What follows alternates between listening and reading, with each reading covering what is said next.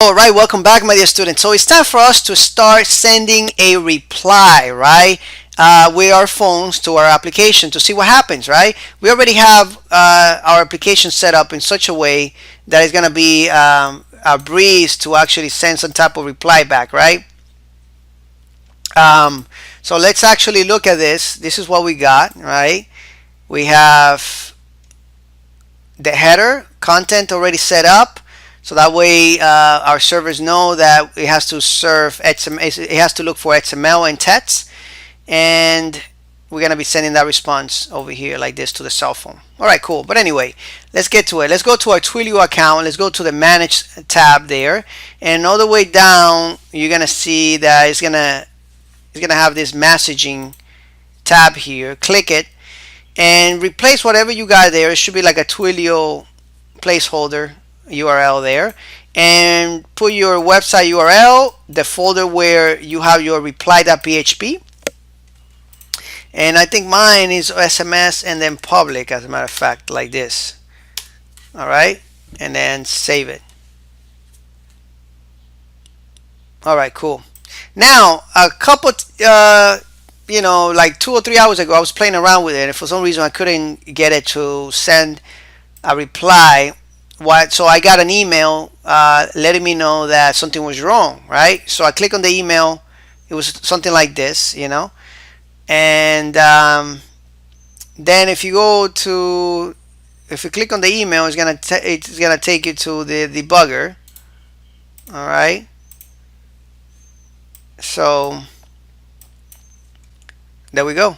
So that's the debugger. It told me a couple 4 hours ago that something was wrong, and then I kept debugging until now.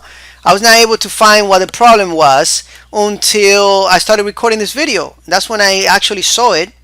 I was gonna debug it with you guys, but now that I know what it was, is that it wasn't finding the reply because it was in the wrong. It had the wrong path. It didn't have the public. So I went here and I was like, okay, what's going on? So this was the first one that I clicked. I clicked on this, and then went back here and I said, okay, it can't find the file. So I click on this, and it was going here, so it was not able to find it. And I was looking at it, and it's like, wow, this looks like the content from my WordPress. And that's what it was, because it couldn't find the page. It directed me back to WordPress, which that's the application that I got on the domain, right?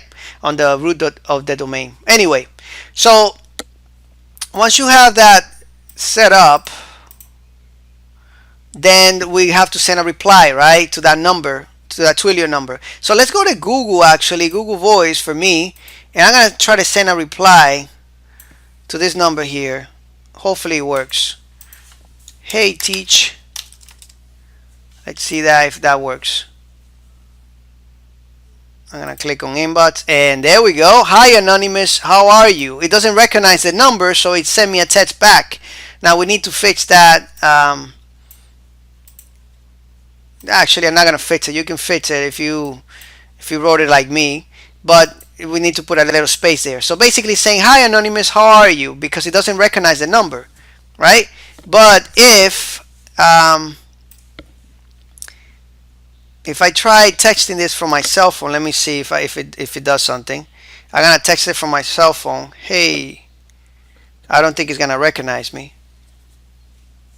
All right, because we have to set it up. But as you can see, we have that there where we get the response back. All right. So let's go back here to cPanel and just fix it right away. Let's go back to it. Let's see where it is. There we go. All right. So for some reason it did not recognize the number. Maybe because I didn't have that one there. Let's see now